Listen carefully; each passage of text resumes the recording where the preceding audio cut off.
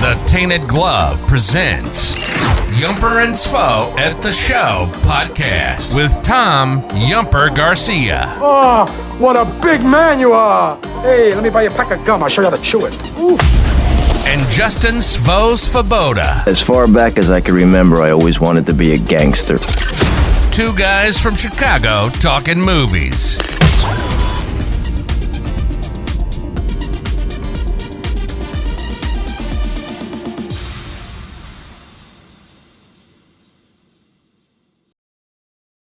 Welcome, everyone, to Yumper and Svo, episode 19, presented to you at the Tainted Glove Network. I'm one of your co-hosts, Tom Yumper Garcia, and I'm with my other co-host, Justin Svo Svoboda. How you doing, Mr. Svoboda? Good morning, Yump. Happy Sunday, man. Happy Bears game, day game. Yes, bear down, and I hope they whoop the Atlanta Falcons' ass because my boys at St. Rita got beat pretty bad yesterday. I'm sorry, man. I'm sorry that you had to deal with that. Yeah, I need some victories. We had a conversation about Mount Carmel and St. Rita, and yeah, it just wasn't pretty. On top of the Illini you losing, it was not a good Saturday. Well, yeah. But the offensive holding call in that Michigan U of I game is brutal, and it never should have got that way. U of I should have won that game. Definitely.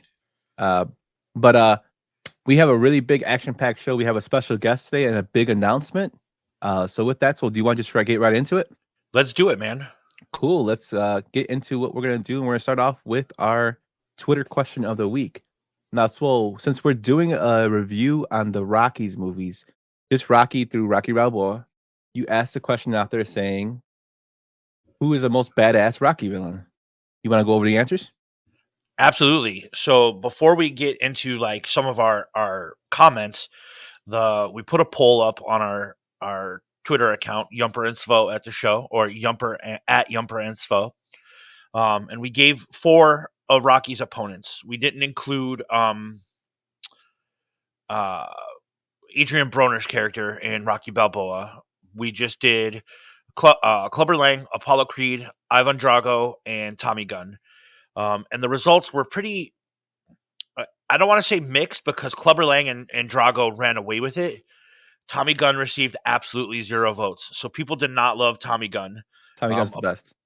But it was Clubber Lang and Ivan Drago tied at 43%.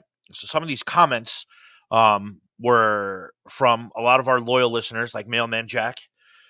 Southside owns Clubber Lang. A dude killed Mickey, offered to give Adrian what she needed, won the title, but eventually lost and got screwed out of a rematch. No contest. Shankster, he said Drago because whatever he hits, he destroys. Mark Svoboda, my cousin, Clubber Lang, man was on a mission from God to prove his worth, or he was just talking to himself again. We had our special guest today said the correct answer is Ivan Drago, but I will not stand for Thunderlips disrespect in this poll. Thunderlips was not included in this poll because that was a charity wrestling match. That is not included. We had White Sox golfer. It's Clubber. Clubber was as tough as it comes. Strong, talked all the shit and backed it up until he gassed out in the rematch. Drago was roided to the gills and still couldn't beat Rocky. Killing a guy in an exhibition is pretty hardcore, but he cracked under pressure. Our boy Billy Wires said, Drago, I must break you. And then Southside Bum said, Clubber Lang. He literally hit on Adrian, beat Rocky's ass easy in the first time around. And did I mention he's from the south side of Chicago? I'm not buying it. I'm not buying Clubber Lang. The Mohawk doesn't do it for me. I'm going with the Russian. How about you, Yump? I'm gonna go with Tommy Gunn. No. I would say Drago, although Clubber Lang did beat the shit out of Rocky in like 2 rounds. So Drago couldn't even do that, but I would go with Drago because he was on steroids and he killed Apollo. I also might be biased because I think that's my favorite Rocky movie. I think we'll get more. It's a lot of people's favorite, but I think that's my favorite one. Also, it was Antonio Tarver who starred in as Mason the Line Dixon in Rocky Balboa. Oh yeah, it was okay. I got you. But yeah, that was a great question. A lot of good interaction with us. Be sure to check us out at Yumper and Svo on Twitter to get all of those poll questions and whatnot. But let's move on to our special guest and the In Defense of segment. You want to introduce our special guest, Will? Yeah, absolutely. So from the Shy Sports Bums, we are bringing in our boy Bologna or Peter. Welcome to the show, buddy. Sorry, go. Can you go again? Yeah, what's up, guys? I'm excited. The one thing I will mention before we get going, you guys had the poll. You missed two other opponents. One is probably CTE, if we're really talking about it, and the biggest opponent Rocky has ever had, the English language. As someone that Yikes! stumbles with my words, I know enunciation and pronunciation is a big deal. Rocky Balboa, that was his biggest foe. Smeals Manly. That might have been the most brutal recap of Rocky Balboa I've ever heard in 15 seconds. He takes a beating and he can't speak English. I mean, His English is ungood, in the words of Ralph Wiggum. me fail English, that's impossible. There's actually a explanation to his CTE, and we'll get into that when we get into the movies that Sylvester Stallone put out. But yeah, his English is pretty bad. The part two is when he's doing the commercials is probably like one of my favorite parts of that movie. Oh, when he's in the cage. Yeah, he's like, We'll he's get like, we'll get into Smeal that. Mainly. I wanted to tweet so many times because I rewatched these movies like all week to get caught up because I hadn't seen a lot of them in a long time, and I wanted to tweet my thoughts. I'm like, no, I got to save that shit for the show. So, like, we Definitely. have some thoughts and I have some notes, but let's get into our guest and in defense of. Yes. So, Baloney, I got a couple questions for you, man. We do these with all of our listeners. Yep. So, what movie do you put on when you are under the weather or feeling down? So realistically, it's one of two movies, and they're probably both my favorite movies, two very different movies, but it's something that I could rewatch all the time. The first one is Good Will Hunting. I'll watch that night and day. It doesn't matter if it's on TV, streaming, whatever. Like if I see it on my screen, I'm watching it. So Good Will Hunting for sure. And then Pulp Fiction. I think that's a lot of people's answer. You know, if it's on regular TV or you know HBO or whatever it's on, like if that's on, I'm watching it all the time. Okay, so Good Will Hunting and Pulp Fiction. So obviously you're a fan of mid 90s Miramax movies. Exactly. So my question for you about Good Will Hunting, and Yump's gonna laugh because I think he probably knows where I'm going with this. Um, how long do you think it took Kevin Smith to write that movie? It's a great. I've read those, you know, rumors, if you will, for sure. I for sure it's true. Seeing, you know, Matt Damon, like, and oh my god, I'm sorry, Matt Damon and Ben Affleck. They didn't write that movie. It was Kevin Smith. The thing is it doesn't matter who wrote it. Like the movie wouldn't have been the same without their performances. Right. And the movie's fantastic. But it's it's a fun, goofy little thing to bust chops. I think it's a fantastic movie. Pulp Fiction is it's a different choice. I love Pulp Fiction. I love Quentin Tarantino movies. I don't watch the Gimp scene to feel better though. So I don't know how that. I think it's just part of like so realistically when I was in 8th grade, we had our like class superlatives and our yearbook and all that stuff, and we would have to do like you know, favorite band, favorite music, favorite movie, everything like that. I wrote Pulp Fiction as my favorite movie in 8th grade, and they told me to change my answer because it was a rated R movie. So I had been watching, and it's because of my uncles. He was a huge Tarantino fan early on. I remember watching Reservoir Dogs as a kid that probably shouldn't be watching Reservoir Dogs. So I think it's just like I grew up in that, like, you know, that era. So yeah, maybe when I'm under the weather, I shouldn't be watching Pulp Fiction, but I'm always going to be watching Tarantino films. I love it. I love it. No, you do you. That was not a knock. I love it. It's just like it would kind of be similar to like someone that comes home from a long day at work and they're like, you know what? Let's watch Requiem for a Dream. Exactly. All right. So what else do we have here? So what movie theater did you go to growing up? So growing up, in the DMs talking earlier, we found out that me and Yump kind of grew up in similar neighborhoods. I grew up right off of 37th in California up until 4th grade. So my movie theater was Ford City for a long time. Okay, so we- you and I probably have crossed paths at Nikki's Hot Dogs at some point. Yes, exactly. So we did Ford City up until around 4th grade, and then we moved to the southwest suburbs.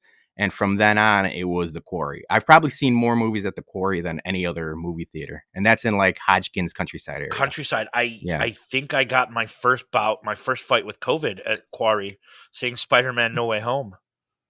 Worth it? Spider-Man No Way Home was fantastic. So Yeah. yeah, I would say it was worth it. Ford City. Okay, we've told some horror stories about Ford City on here. I'm sure you've heard. Yeah, no, I've listened. I mean, I've listened to a bunch, but yeah, Ford City was my theater as a kid. The only two movies I remember seeing at Ford City was a No Hose Barred and Teenage Mutant Ninja Turtles. So I was younger then, but I remember going specifically for those two movies. I saw that one at Ford City as well. Those are Teenage deep Mutant Ninja cuts Turtles. right there. Those are deep cuts. I love that. I love that you saw No Holds Barred in theater.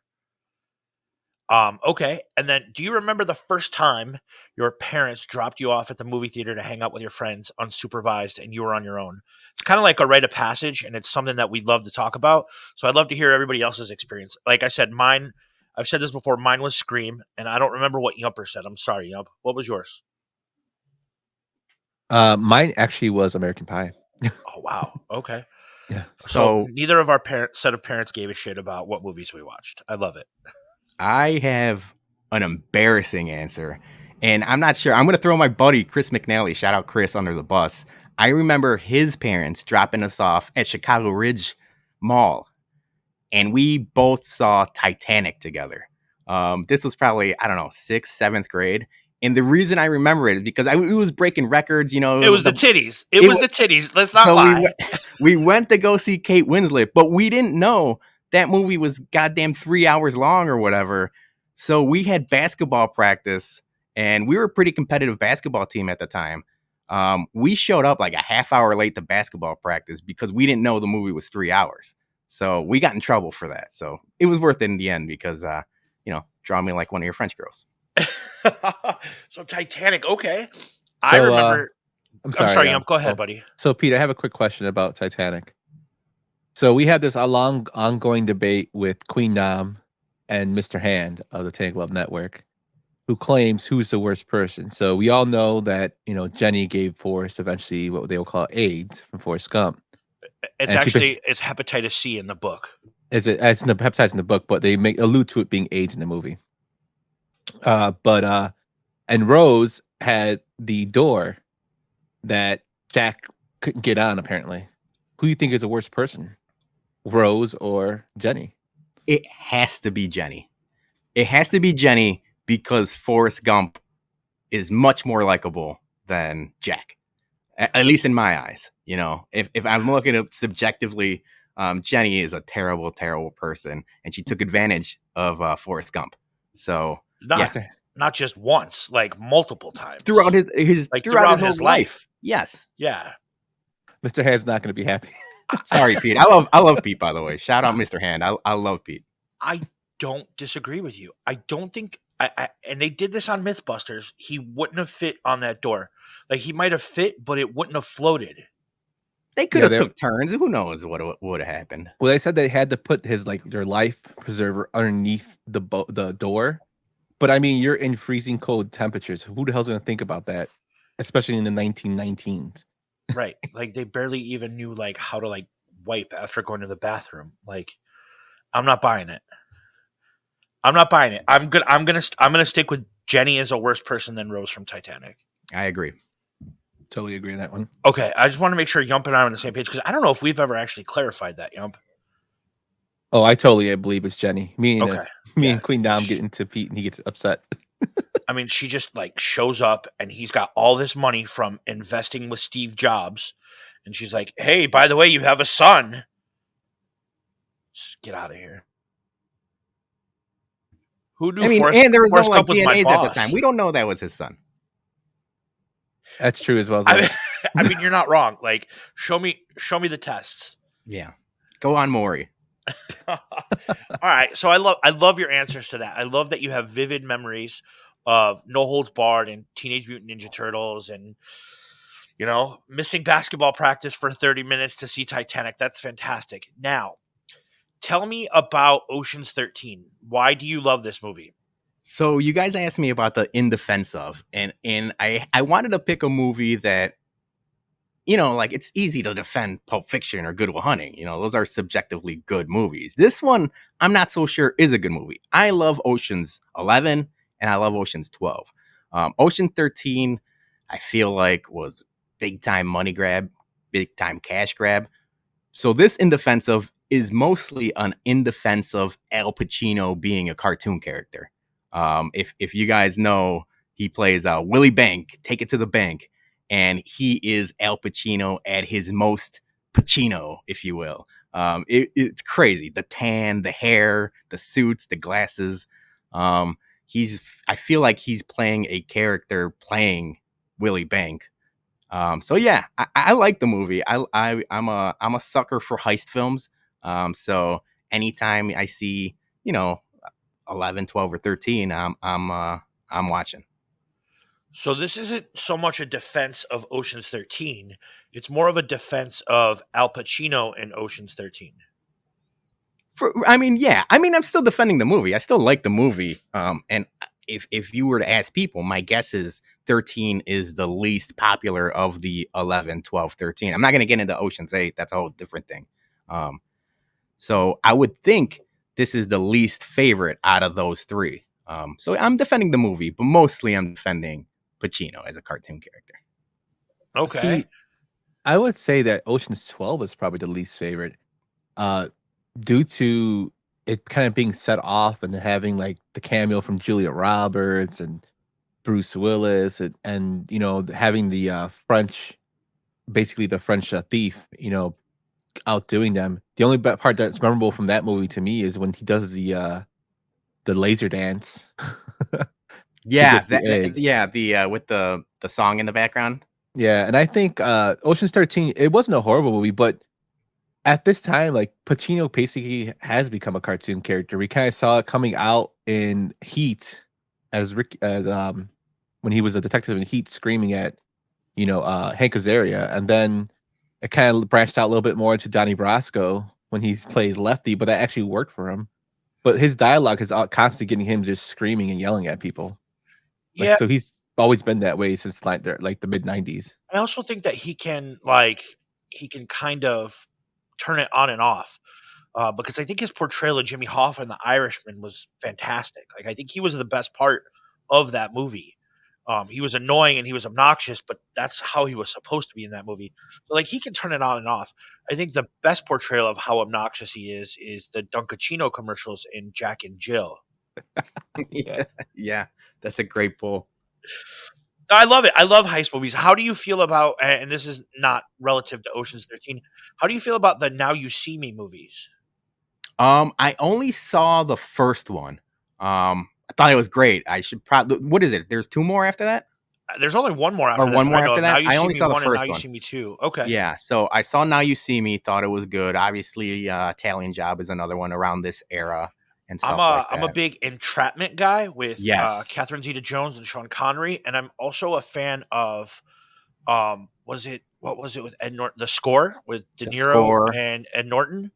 And then Inside Man is another one, kind of in the Yeah. same vein.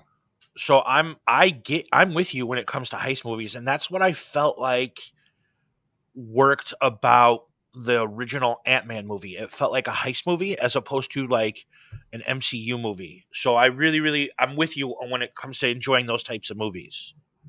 I mean, you can throw The Town up there as a heist movie. That's Yeah. I mean, you could.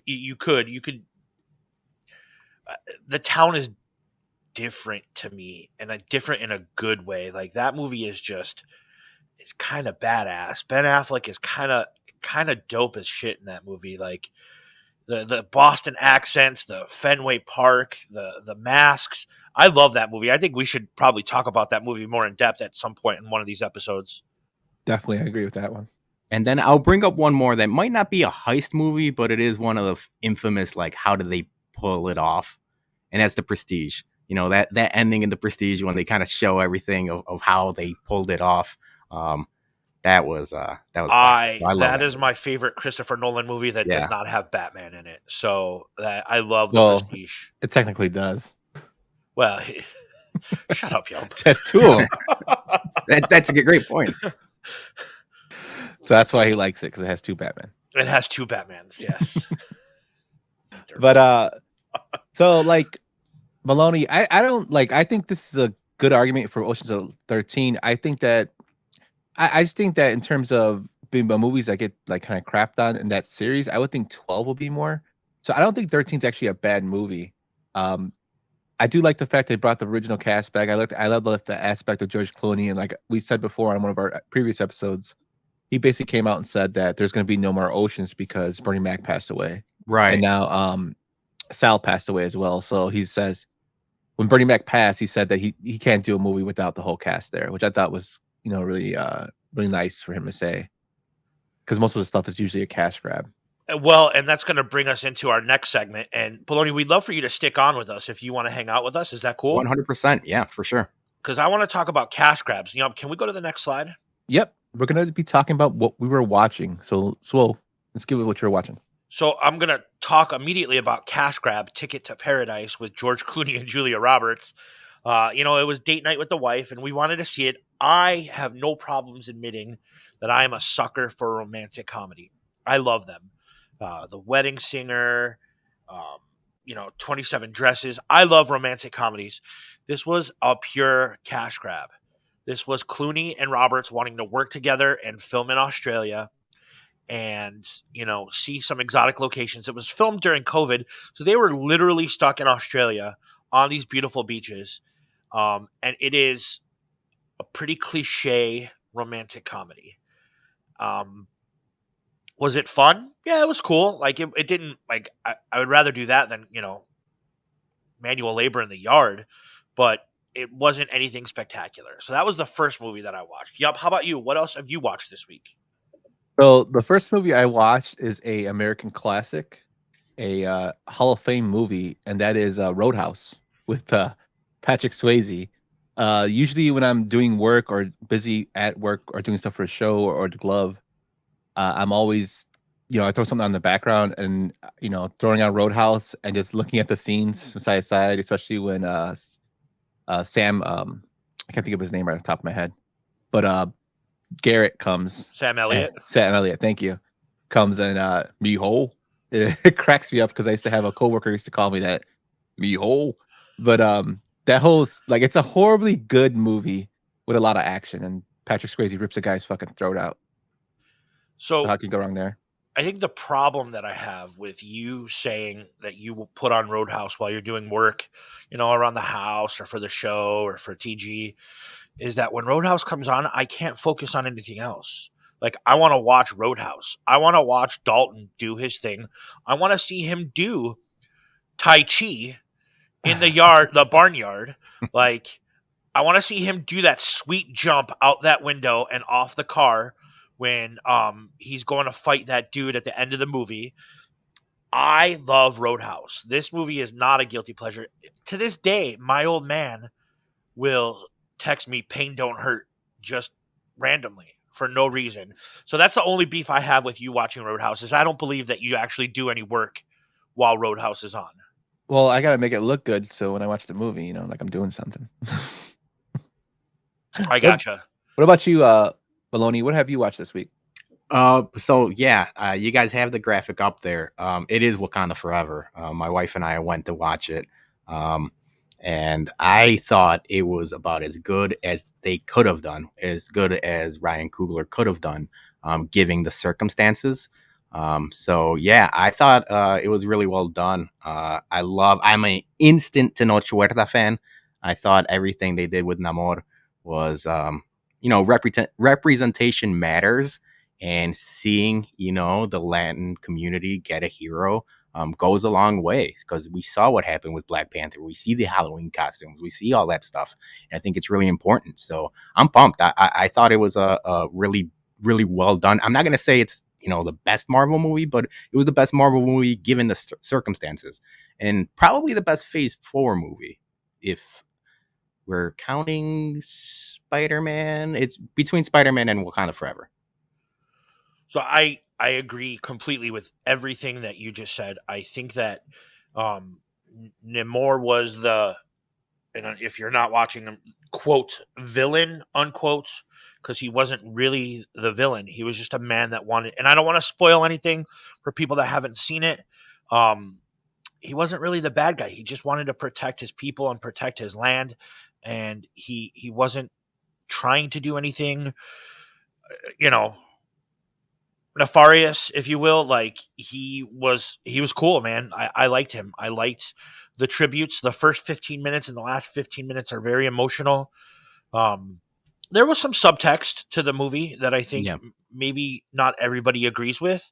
But I think if you're including Spider-Man in it, it's one of the better like Phase 4 movies. It's definitely better than that piece of shit Doctor Strange. Terrible. I was so disappointed by that. Well, and I think Yumper's like kind of with me on that, but like its redeeming quality is Bruce Campbell, and that's what he loves. Pizza Papa. Yeah. So like I thought Multiverse of Madness was terrible. I actually really enjoyed Thor: Love and Thunder. I think it was a little bit too much humor, but it wasn't awful. But I thought this was really, really well done, and I'm excited to see where it goes. They've already announced that Namor's going to have his own movie.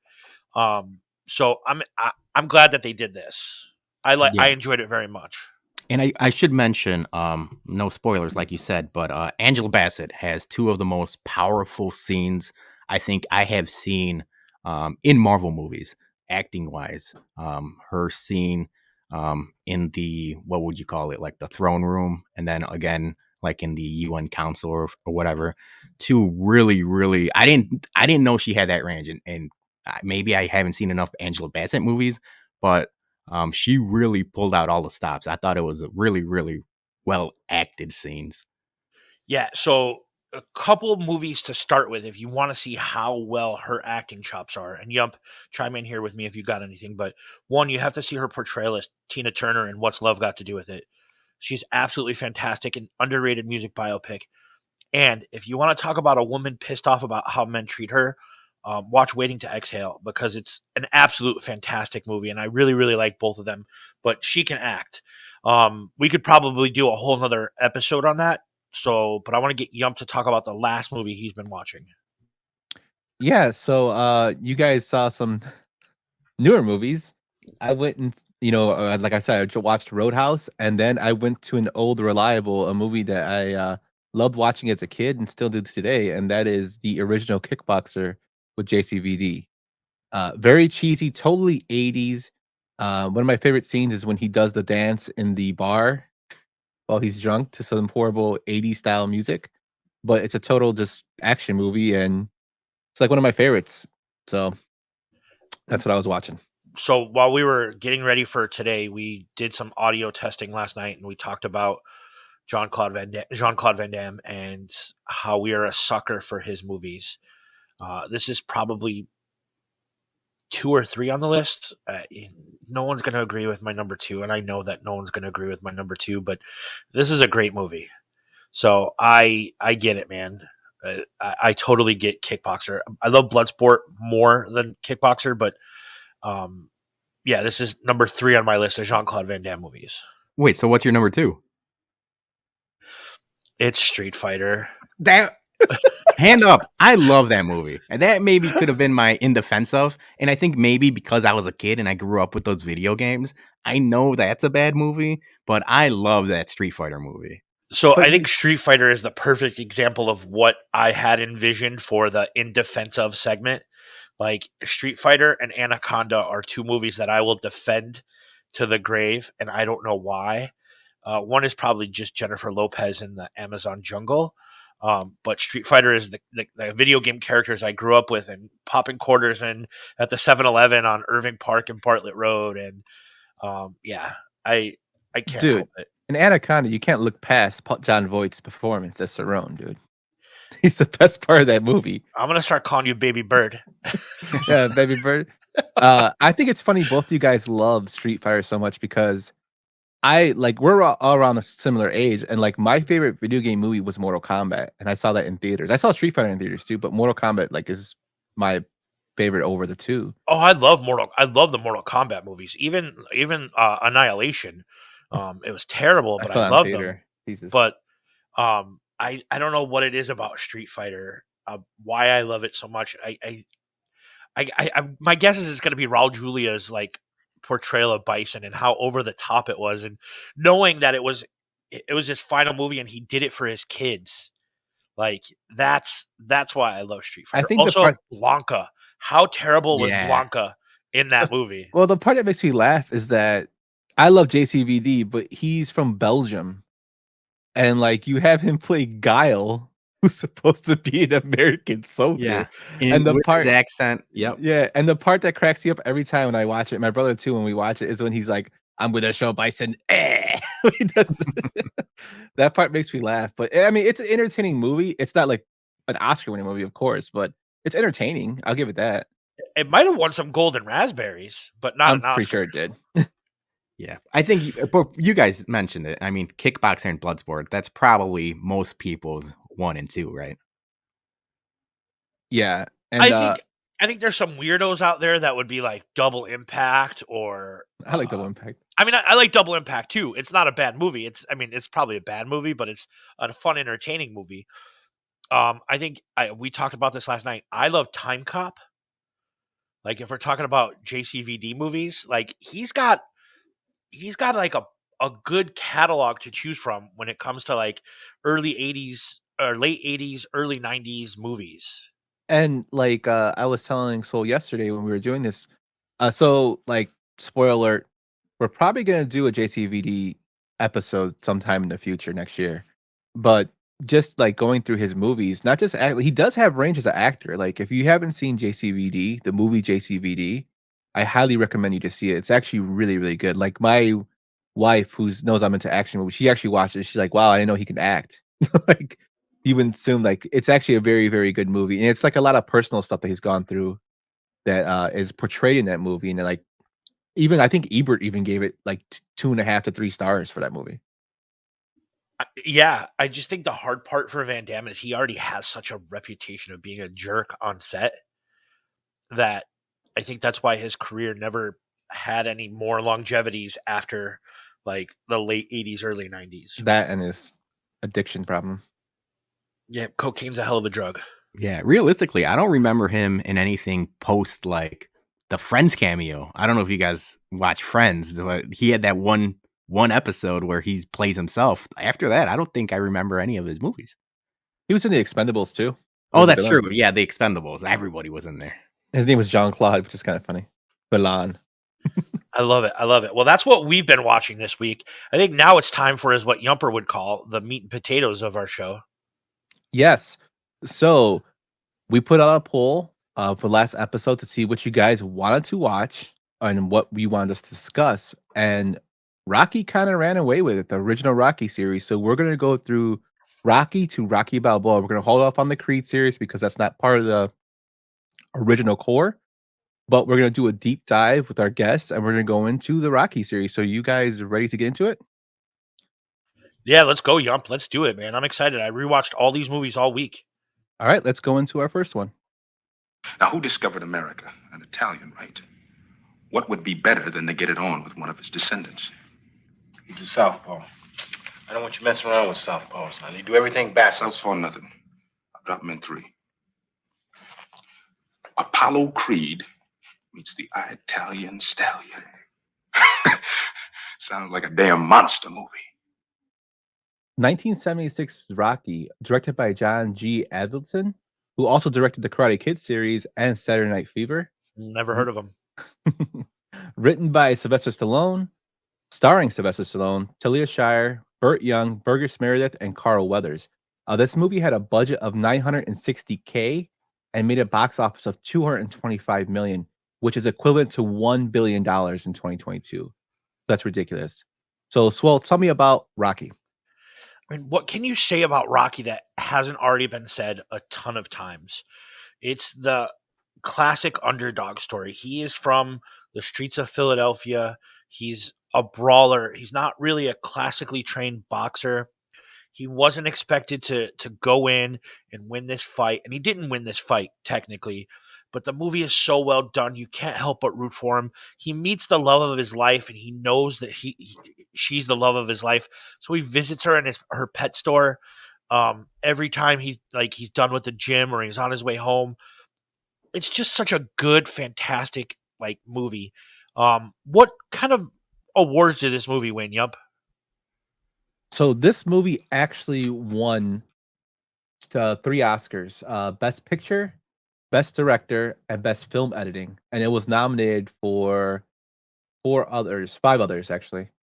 Best Actors for Stallone, but Celia Shire for Best Actress, Burt Young and Burgess Meredith were actually nominated as well, and Best Writing for Sylvester Stallone.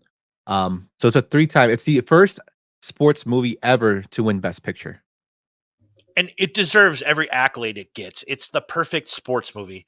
I'm not a massive boxing fan. Like, I like boxing and I enjoy it, but you can't help but love this movie. Yeah. What about you, Bologna? What do you think about it? Yeah, so maybe you guys are the film guys. Out of the whole series, this is what I would consider like a film. The other ones are movies. 3 and 4 are popcorn movies. This is an actual film. This is something that could be shown in film class or in studies and stuff like that. This one deserves all the accolades. I think, like you mentioned, he didn't win the fight, but I think he wins the affection of the public audience. Like, this is where the underdog wins the crowd and becomes the star. So yeah, I love this movie, and this is something that stands the test of time. It totally does. And this was Sylvester Stallone's baby. He got inspired by the Chuck Wempier fight with Muhammad Ali, where he went 15 rounds and got knocked out by Ali. But he was an unknown fighter who kind of inspired us. Even though Stallone kind of goes back and forth in the story, but it's kind of like universally, I guess, known that he was inspired by that fight. And Stallone was pushing really hard to act as Rocky and star as Rocky. He did not want anybody to take the script away from him. When the studios came up to him to buy the script from him, they wanted Burt Reynolds, Robert Redford, and to be honest with you, I don't think anybody could play Rocky besides Sylvester Stallone. This movie is iconic in the way it films boxing. It shows, the mean streets of Philadelphia. It shows a lot of the underground scenes of when he fights Spider Rico in the church. Stuff like that was happening that people experienced, or everyday regular people experienced those amateur fights, and now it's in a movie.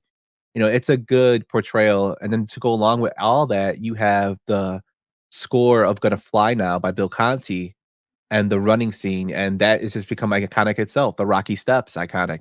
There's so many good things that came out of this movie. I also think it's important to talk about representation. We always talk about representation in this movie, and this movie covers it on a couple bases. Right, there was some Italian American discrimination that went on in the late '70s, early '80s, but also to have an African American champ, as opposed to the white savior or the white champ. I think that matters, and Sylvester Stallone did a really good job of that. The writing stands the test of time because you root for Rocky from beginning to end, not the champ, right? I hated Apollo Creed. And before I even saw the movie as a kid, when my dad told me that Rocky didn't win, I was crushed. I was like, what do you mean? He's like, it's not about him winning or losing. It was about him not giving up and going the distance, right? And what other sports movie gives you that ending, right? You always come from behind. You always get the W. Rocky didn't win, but he didn't give up, and I think that's important. And I this movie is perfect. Yeah, and what I should mention, because I had it written down, was obviously this movie has big characters: Rocky and Paulie and Mick. Maybe the biggest character of all is the city of Philadelphia, and this is an on-running thing for all five of the movies. It really paints a picture of Philly as gritty and blue collar and stuff like that. So we should mention it. When I think of Philadelphia, I think Rocky. Man, that's a absolutely fantastic point about how this movie portrays Philadelphia. I go and I visit ballparks all over the country, and I don't think of the Phillies or like Citizens Bank Park, I'm like, I want to go see the Rocky statue. I want to see the steps. I want to see that Philadelphia. I want to eat a cheesesteak at a local cheesesteak joint. Like, Philadelphia is beautiful in these movies, and it's really really cool. That's a great point. Yeah, it totally is a big, nice scene of Philadelphia. And John G. Avildsen was not a boxing fan. He thought boxing was stupid, and his cinematography in the movie is beautiful. Some things I found interesting about this was when Sylvester Stallone actually wrote the original script. Mick was supposed to be much more racist, and Rocky was supposed to throw the fight at the end because he didn't want to be part of the boxing world. I'm glad they kind of went through a little rewrite and had the ending they have because I think it's perfect.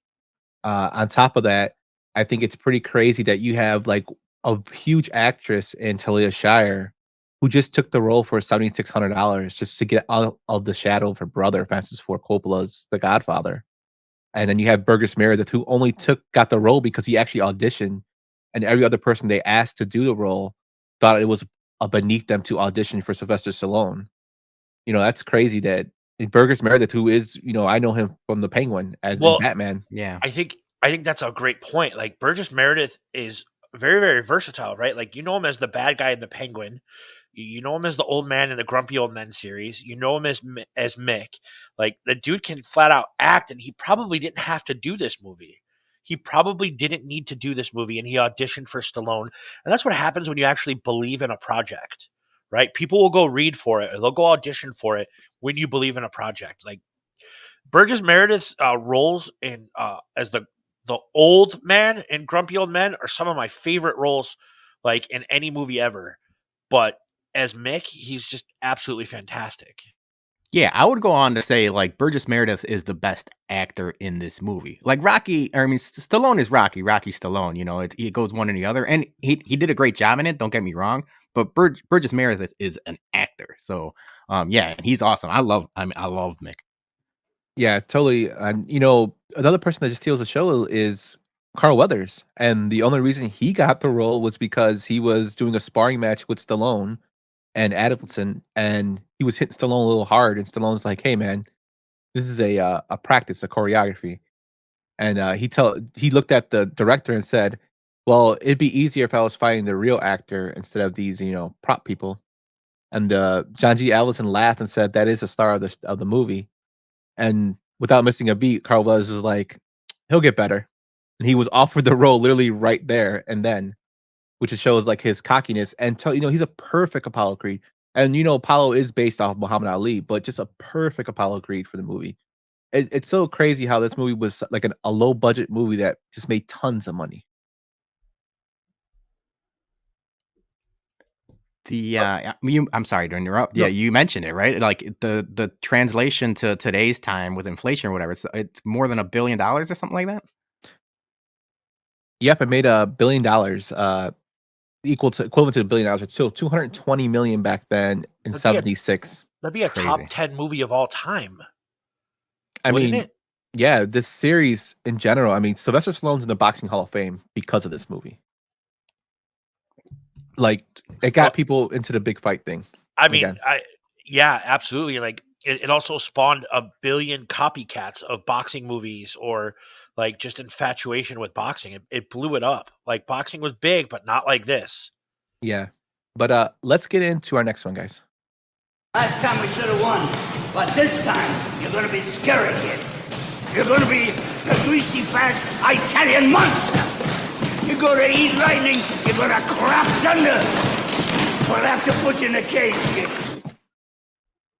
1979's Rocky II, directed and written by Sylvester Stallone, starring Sylvester Stallone, Talia Shire, Burt Young, Burgess Meredith, and Carl Weathers.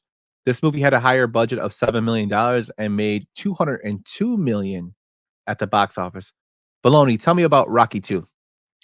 I mean, it seems like it's tough to compare to Rocky 1 because obviously Rocky 1, like I said, like is a film. This one, for a sequel, and maybe you guys could talk more about just sequels in general. I feel like it's hard to make a really good sequel. We see it all time and time again. I think this is a decent to fine movie. I think it's a great sequel to it. There's some parts of Rocky 2 that I think might be even better because of the budget. The boxing scenes seem to be more refined. The boxing choreography, if you will, seems a little more cleaner than Rocky 1. But it's just so hard because it's compared to Rocky 1. But like I said, the first 4 movies in the whole series, I love. So I think we're all in agreement with that, right? Yeah, I think the choreography or the boxing scenes probably seem cleaner and better because, I mean, you go from a $220,000 budget to a $7 million budget. You can afford better lighting. You can afford better, extra time to choreograph the fight sequences. I love it. I love how consumed with Rocky Apollo Creed was. Like, there's a scene in Rocky 2 where, like, he's reading these letters from fans, like, talking shit, like, "Oh, Rocky's the real champ. You lost that fight. It was thrown." Like, and Apollo's wife looks at him. He's like, "Don't you want to play with the kids?" He's like, "Fuck them kids." Like, he throws the letters in the air. Like, he's consumed with beating Rocky. That's how much he got under his skin. So, Swell, what you're saying is Apollo Creed was acting like Rick Hahn when he looks at his burner account. He was. That's exactly what he was like. He was consumed with it. That's a nice little White Sox dig there, you dirtball. All right, That's I'm not a out. dig. No, that's okay. Yump's a White Sox fan. Yeah, I totally am. No, the thing like you said about Apollo Creed, like Carl Weathers was all happy-go-lucky in the previous movie. He was a kind of like a showboat asshole, but he smiled a lot. In this movie, he doesn't smile at all. And I do like No. the aspect they give him of being more serious, more vicious. And I like the fight at the end. People are like, "Oh, Rocky kind of got his ass beat the whole fight," which is like, yeah, he did. Rocky gets his ass beat the whole fight in every movie. But in this Yep. movie, like, it just shows how the cockiness of Apollo kind of cost him because all he had to do was stay away, and he didn't stay away, and that's kind of off goes off history of where it was inspired. That was a fight with Joe Louis and another person for the heavyweight title, and where that person was basically beating the shit out of Louis the whole fight. Got cocky at the end, and instead of sticking and moving, tried to knock him out, and ended up getting knocked out by Louis, who continued to hold the title. That's kind of what Apollo did. Apollo wanted to knock him out, and he ended up getting knocked out and losing the title to Rocky. Yeah, his pride consumed him, right? He was embarrassed after the first movie. He was embarrassed after the first fight. And he got cocky, if you will, and it got to the best of him. So yeah, it's a great point. It's almost more it's a Apollo Creed story as much as it is a Rocky story. Absolutely. And the scene that I'm referring to, like, he's in the upstairs of his house and he's reading these letters out loud to himself. And his kids are playing downstairs, and his wife sends him out. He's like, "Can you believe they're saying this about me?" And he's like, "Apollo, you're obsessed. Like, it's crazy. Like, this is more of a Creed movie. This is the original Creed movie as opposed to Rocky 2. Yeah, I would totally agree. And just even the scene with him and Duke, Tony Burton's character, when he asks him, "Do you think I beat him?" And he tells him, "You got the decision." But he can't tell him he beat him. Yeah. So that just drives me more. That's like a powerful scene. The movie's very good. And I actually love the score for this movie too. The way it opens with the redemption song from when they're traveling in the hospital. I thought that was pretty cool. The thing that kind of threw me off a little bit, that kind of knocks it down a little bit, is the thing with Adrian when she doesn't want him to fight, and then all of a sudden after she comes out of a coma wants him to fight. So that kind of like lost in translation there. Well, The coma changed her mind. Yeah. I guess, but Was it it was this just movie weird. where he gives the speech? He's like, "I never asked you to stop being a woman. Don't ask me to stop being a man." Right? Yeah. And she's like, finally, like, he can fight, and the coma thing, and he reads like these romantic poems to her. Yeah, That- and that's that crazy. that plot point could probably have been fleshed out a little more, because you're right, Yump. It's like, yeah, she had these convictions, goes into a coma, and then all of a sudden, oh, never mind, good to go. But I Also, mean, I have a go. question for both of you. Like Peter, you're married with kids, right? Yep. Yump, you're married with kids. I'm married. I don't have any. I have baseball hats. But, like, let me ask you this. Yump, do you have any brother-in-laws? Yes. Peter, do you have any brother-in-laws? I have one, yes. If your brother-in-law was as big of a dirtbag as Paulie was, how long would you put up with it? Because, like, Rocky just kept putting up with it and putting up with it, and Burt Ward is a fucking dirtball. Like, he is a dirtball, and it just gets progressively worse as the series goes on. Paulie is like one of my favorite characters just because he's such an Yep. asshole. He's hilarious, but he's a fucking asshole. Paulie has my favorite scene in any of these movies. We'll talk about it later. Is it when he has sex with the robot in Rocky IV? No, it's not. But I mean, I should mention, I'll get this out of the way now. My brother-in-law is awesome. So he's not a dirtball. I don't know how Rocky deals with it, but it's the thing. It's like you don't marry your wife, you marry their entire family, right? Yes. You know, so he's in it. You know, that's exactly it. Like all three of us have brother-in-laws, and I like my brother-in-law. He took a dump in my changing room the day of my wedding, and I was like, "What are you doing?" Like, so I was a little cranky with him for a little while, but like I love my brother-in-law. So this wasn't a knock on all your brother-in-laws. This was more of a question: is how the hell does Rocky put up with Burt Ward's character through fucking 6 movies? Because he's in Rocky Balboa, and even in Rocky Balboa, we'll get into it, he talks shit at the cemetery.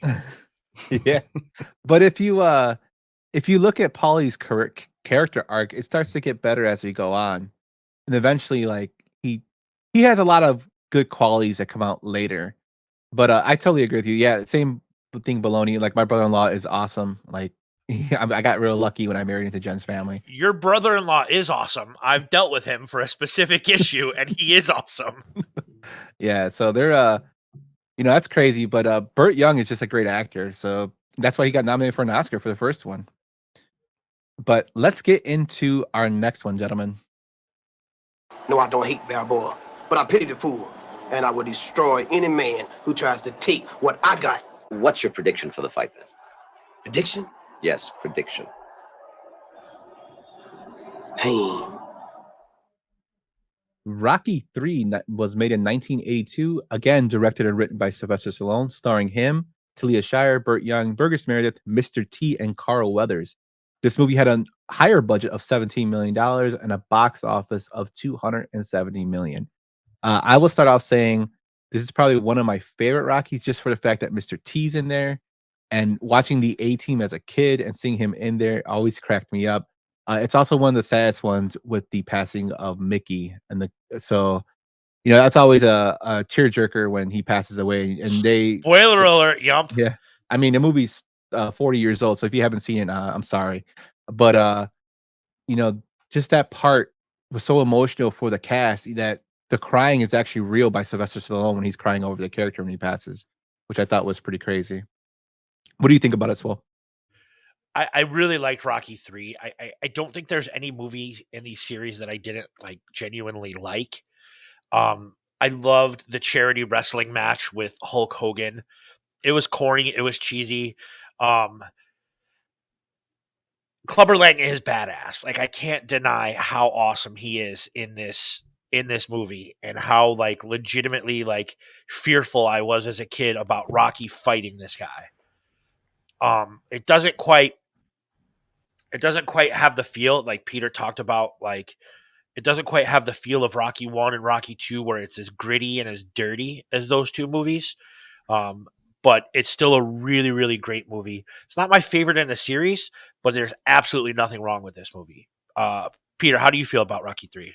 Rocky 3, I feel like, is where we go from films to movies. This is a popcorn movie. When I think of 80s movies, I think of Rocky 3 and Rocky 4, I mean, you can't get more 80s than Hulk Hogan and Thunder Lips and Mr. T, right? Like, this is a quintessential 80s movie. And you're right. It seems like the budget got bigger and it went more into what I think of Rocky as like popcorn movies, if you will, but it's still a really good movie. I can't nitpick much of it because this is the one I remember growing up. I don't remember Rocky 1 or 2 as a kid. Like, I had to go back and watch those.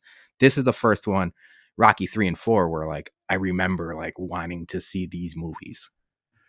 Yeah, but didn't you tell me something that Hulk Hogan almost got fired from the WWE for doing this movie? He did get fired by Vince McMahon Sr. because he took the role. And actually, when this movie came out, it boosted his popularity. And Vince McMahon Jr., who had bought in the company from his dad, rehired him and eventually cast him in put him in for WrestleMania. And they built him around everything, which propelled his career. I find it crazy too that the Survivor song, "Eye of the Tiger," was not the original choice of Sylvester Stallone. It was actually Another One Bites the Dust by Queen, and he couldn't get rights to it, so he went with Survivor. So I mean, he really lucked out right there. The whole Mr. T thing, I think, is hilarious because reading, backstories about how he's like this badass dude from Chicago in the movie, and he doesn't care about anything. He actually went to the premiere with his mom, and when he's talking to Adrian, telling her, "I'll give you some things you need, woman," his mom looked at him and said, "That's not the way I raised you," and then walked out of the theater. So he got embarrassed. But it's a total popcorn movie, like Bologna said. It's got like a bunch of stuff in it. I think this movie was originally intended to be Stallone's final Rocky movie. He wanted to be a trilogy. As you know, it's like Rocky says at the end he's going to be go to the circus, apparently, as a joke, but he's gonna retire. And the killing of Mickey kind of makes sense because he killed Mickey in the third movie, and we end up getting 3 more after that. But I think it's a fun boxing movie. It's not supposed to be taken seriously as the other two. It's just enjoyable for entertainment. Yeah, I would agree. Fun story about that Survivor Eye of the Tiger song. I think those dudes are from like the Chicago suburbs, and one of the dudes in the band takes today at Apple sessions at the Oakbrook store. So He's like he comes in and he learns how to use his MacBook in our classes that we offer for free. And he's got like bright, vivid purple hair, and he's got that Sylvester Stallone tiger jacket, and he wears it into the Apple store. That's like a legit thing. That's a true story. Yeah, they are from Chicago. Yeah, so he is infamous in the Oakbrook area. So my wife, before she moved to her current job at Cooper's Hawk, used to work for Ditka's restaurant, and he sits at that bar all the time. So the lead singer of Survivor, if you guys go to Oakbrook, the Oakbrook Ditka's, he'll be there, 4 nights out of the week. That's funny because it's literally like 2.5 minutes from my house in Villa Park. And that's why, like, but yeah, he comes in and takes today at Apple sessions in my store on how to use his MacBook properly. Oakbrook Ditka's, me and my wife used to go there a lot.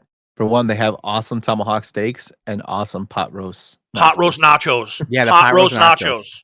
Infamous. They're so good. Yup, I want to kiss you right now because you said that. Yeah, they're so good. Oh my god, I hate being on this weight loss thing.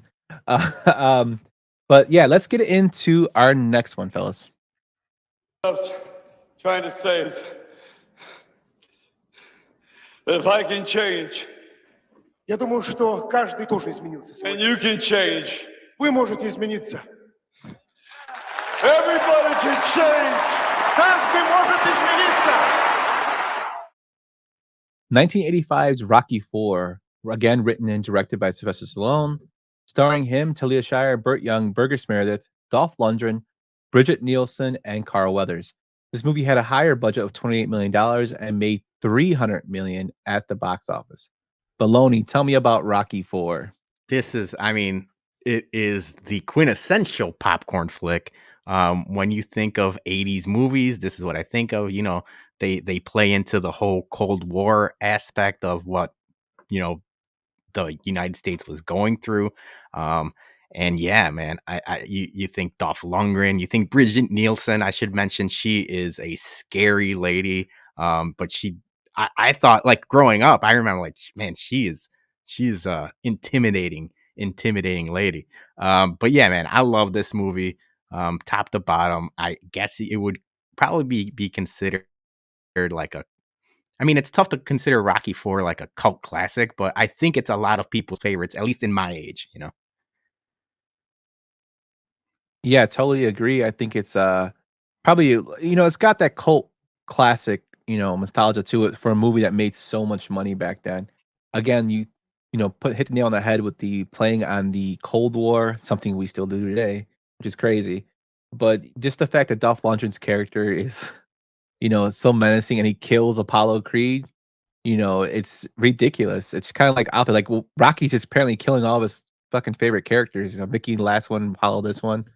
It's crazy. One of the scenes that stick out to me the most is when they had the fight with Apollo and Dolph Lundgren, and you have James Brown there singing "Living in America." Yep. Which cracks me up because then you have Apollo dancing with them. It's like it's a memorable scene. It's totally like 80s like popcorn. But it's so good. And I know Pete Aloha Mr. Hand loves the fact that they have the robot in the movie. That's like one of his favorite parts. And he was very upset they cut that out in the director's cut.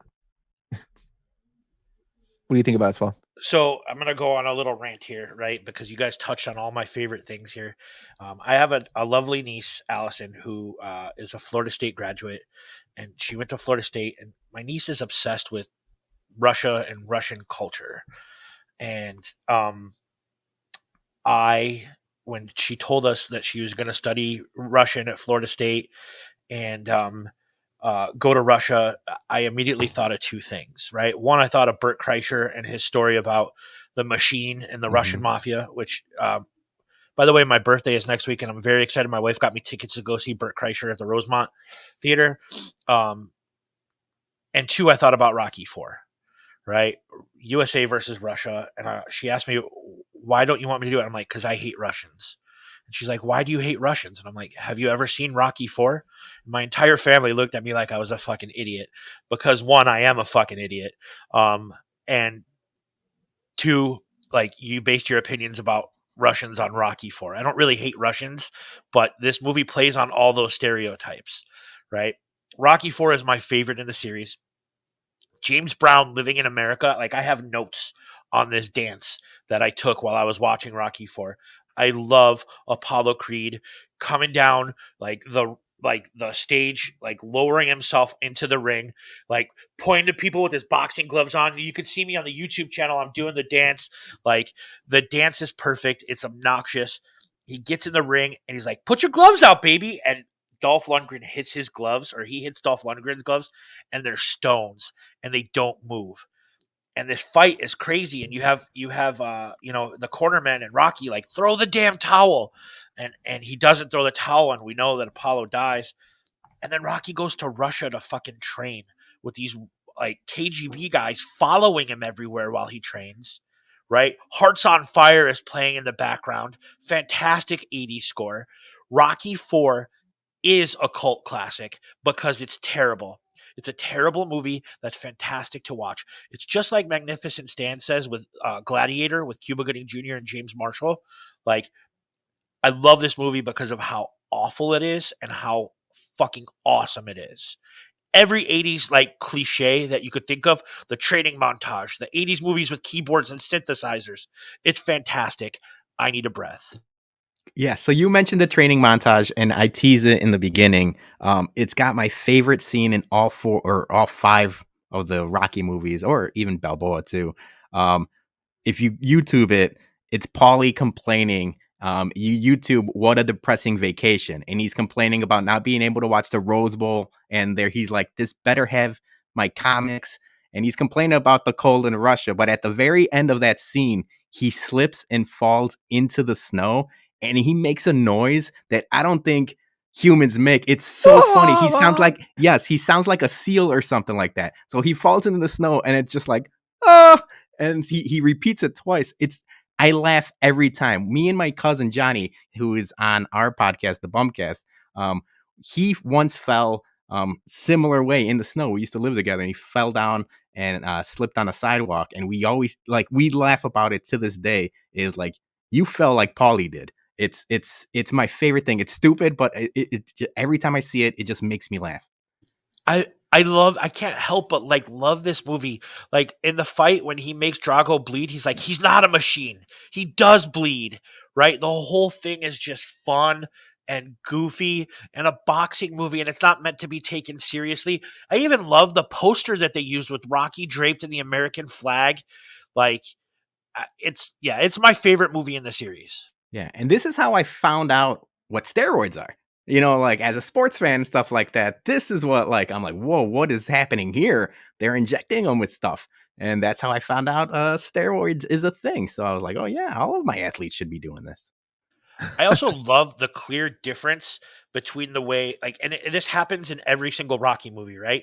Like Apollo trains in this nice, shiny gym with all this new equipment, and Drago is hooked up to technology and like running on a treadmill with the incline as high as it can go, as fast as he can go.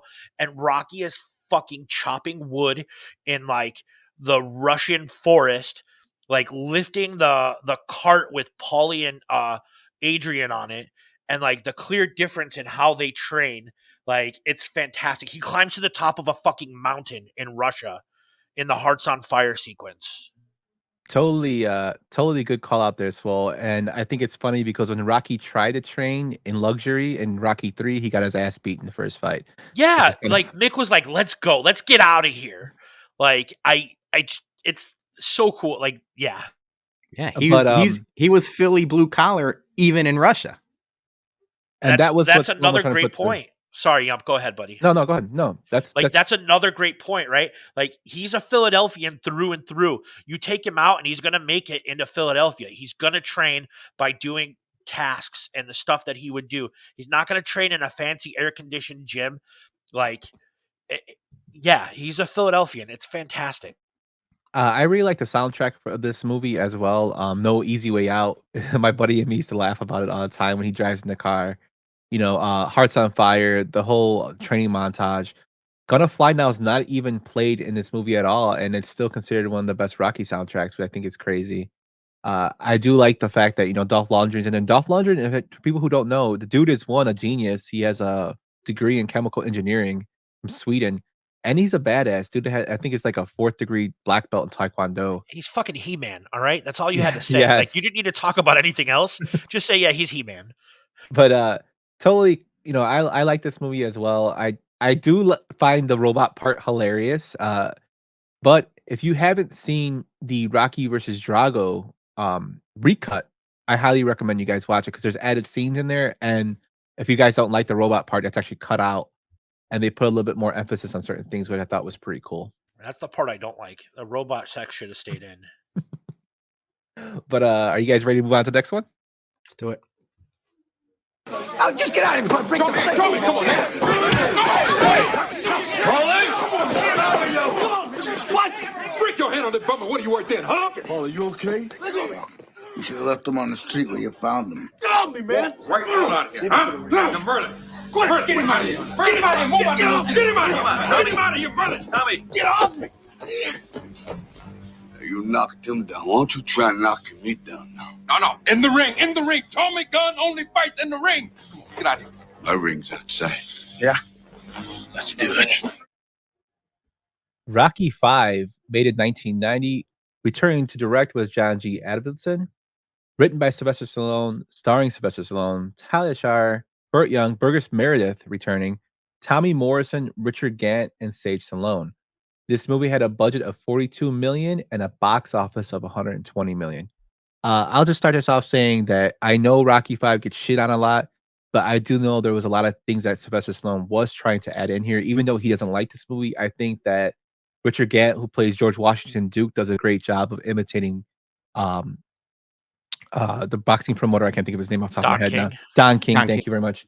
I was going to call him something else, but impersonating him was perfectly done. I think Tommy Morrison, who was a professional boxer in real life, as the Duke, does a great job as a hateable character.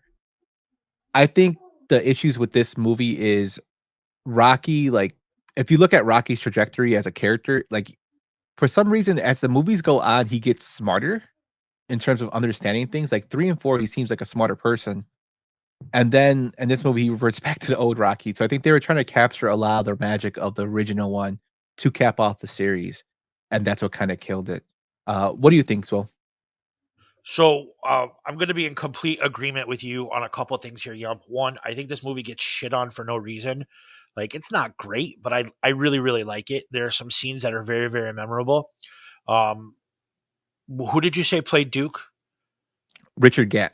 I thought he was fantastic, like doing his Don King impersonation, and he was very, very good at antagonizing Rocky and like trying to get his goat and get him to fight, whether it was before Tommy came into the picture and then when Tommy was the champ. I loved how Tommy was like, he knew that he would always be compared to Rocky. He's like, I'm nobody's robot. But then the sound clip that you played, it to me was the perfect sound clip for this movie. When Tommy comes at the end of the movie, the final fight, and he punches Paulie, right? I get it. Like, we talked about how much of a dirtball Paulie was, but Paulie was actually sticking up for Rocky, because there were some moments in the series where Paulie might have been a little drunk, and he's like, you never let me down, man. You always took care of me. So when Tommy comes in talking shit to Rocky, he sticks up for him, and he gets his ass beat by Tommy in the bar. And then that sound clip you played, hey, you knocked him down. Why don't you try knocking me down? And like that Stallone Rocky accent. Like, I was fucking pumped watching this last night. And then the fight happens in the streets, and you can hear Duke like, in the ring. And the drama with his son and his relationship with Tommy as opposed to his son. Also, E from Entourage plays the dirtball bully in this movie, and everyone knows Entourage is my favorite TV show of all time. I know every episode by heart. That's like the broiest, dirtball, douchiest thing that I like, or that I'll admit to liking. Like, he plays a dirtball in this movie, but I think this movie is a guilty pleasure. Like, I could do an in defense of segment about this movie, but I think it's fun. Pete, what do you think? I'm glad you guys are defending it, because I hate it.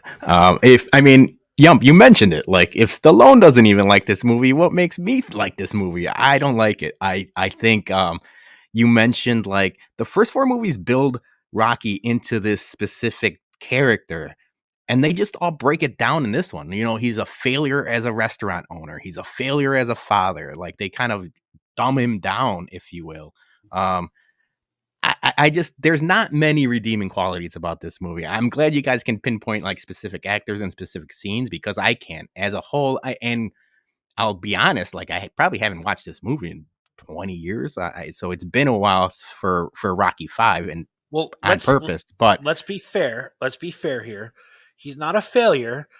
Paulie signs away power of attorney when he's fighting in Russia, and that's why they lose his fortune, and he's got to move back to Philadelphia like proper. So it was, once again, that fuck up Paulie that screwed everything over, not Rocky. Brother-in-law. And I don't think the restaurant happened till Rocky Balboa. Yeah, and that's why like Bologna, I totally get what you're saying, and that's kind of like another thing that kind of like bothered me. Not what bothered me, but like was like I didn't really understand, because, like I said how Paulie actually starts to become to show good qualities, and in Rocky 4, before he goes to fight Drago, Paulie basically starts breaking down and crying and telling him that he always looked up to him, and he always thought he was a hero, and he's sorry for the way he treated him. And it's kind of like they share like a tender moment where he hugs Rocky, and Talia Shire smiles big from ear to ear, because her brother's finally becoming humanized. So they made Paulie actually like likable even more at that part of the movie, and then you basically revert to him being an asshole again, even though he does have good qualities in this movie again. But they, Sylvester Stallone came out and said he did this movie for greed, which I can see why. But I just don't think it's that much of a horrible movie. It did set up some stuff for eventually we get Rocky Balboa, but Marie was supposed to appear in this movie and basically turn out the way Rocky told her she was, to be a whore and hang out with bad people. But they cut that scene and actually have her in the next movie. Tommy Morrison again did a great job. Another cool thing I thought that was interesting is that for you wrestling fans, Terry Funk was actually a choreographer of the outside fight scene outside the bar. So that was all him. I didn't know that. Well, yes. And you could definitely see the wrestling influence in the brawl outside the bar when like Rocky suplexes Tommy Gunn like onto the concrete. Like, there's definitely a wrestling influence there. And I do like the montage, the Take It Back montage and Keep It Up montage that they have. It's not the Take It Back song. The song's horrible, but the montages they have in this movie are good. And it's also one of those movies that like I didn't go to the theater to see. I didn't rent. It would come on HBO and I would watch it because there was nothing else on. So I don't know. It's terrible, and I get everything that you say about it, Bologna, but it'll always have like a little soft spot for me because it's just bad good. I do like the fact they had Al Bernstein in it, who was like a big boxing guy for ESPN and whatnot. But he's in the movie. Just little stuff like that. I like how he throws mixed a little bit of reality in there. But yeah, it wasn't that great. The press conference when at the end before Tommy snaps, he's like, "Hey, if you want a real fight, try that redhead in the front row. I heard she's got a mean right hook." Yeah, he might win a few fights, but a Rocky Balboa he'll never be. I watched it last night, so it's like fresh in my mind of like like the terribleness of the movie itself, but it's still fun to watch. Like none of these movies besides Rocky are ever going to win an Oscar. Yeah. But let's move on to our final one. Let me tell you something you already know. The world ain't all sunshine and rainbows. It's a very mean and nasty place, and I don't care how tough you are, it will beat you to your knees and keep you there permanently if you let it. You, me, or nobody is gonna hit as hard as life. But it ain't about how hard you hit. It's about how hard you can get hit and keep moving forward. How much you can take and keep moving forward. That's how winning is done. Rocky Balboa, released in 2006. This one was written and directed by Sylvester Stallone, starring Sylvester Stallone, Burt Young, Antonio Tarver, Milo Ventimiglia, Gredlin Hughes, and James Francis Kelly. This movie had a budget of $24 million and a box office of $159 million.